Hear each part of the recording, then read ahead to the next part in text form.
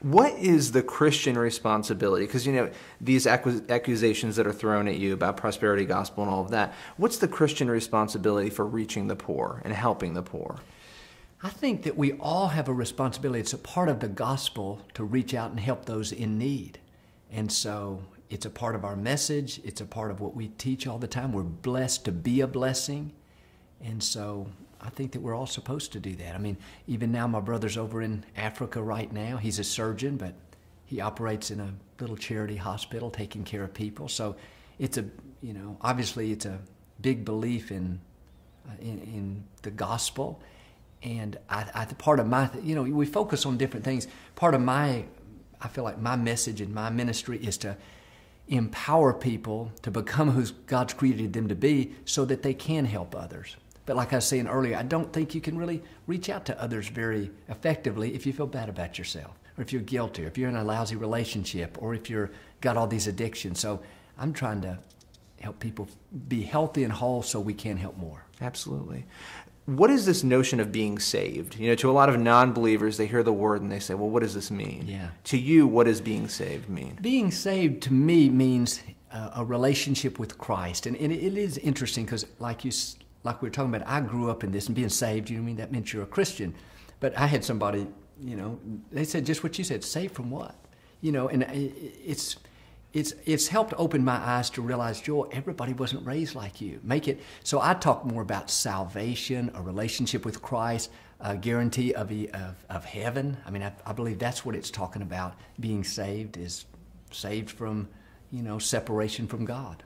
Absolutely. And, you know, this notion of Jesus dying, I know a lot of non-believers will say, well, why did he have to die? What was the purpose of that? And how would you respond to them on that front? You know, my response would be that we were born with sin, and sin can't enter heaven. Sin keeps us away from God, and you know, we all had this debt that we couldn't pay. And in the Old Testament, you know, they had to sacrifice animals, and you know, if you did enough right, you could get your sins covered. But you know, the gospel is that Jesus came, and when he shed his blood, when he died and rose again, he was the ultimate sacrifice. And so, you know, when you receive his forgiveness and his, you know, we'd call it redemption, that's when you can be free from sin and not be separated from God. Now let me ask you a question I think I know the answer to, but do you make political endorsements? I don't. You don't? No. And what's the reasoning behind not doing that? You know, it started back with my father. He never did, but I guess taking it to me, it's that who we're trying to reach, and again, our ministry is the general broad. I'm trying to throw a big broad net, trying to reach as many people as we can.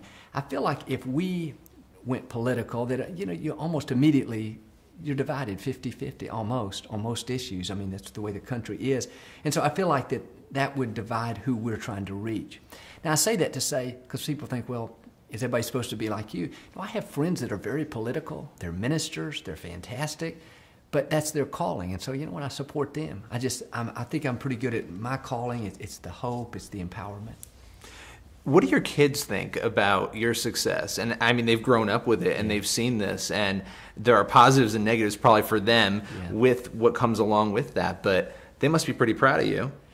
I think they are. I think it's an interesting thing. Like you said, they grew into it. So my daughter was 3 months old when my dad died. So but it's interesting because I don't feel any different than I did 13 or 14 years ago. You know what I mean?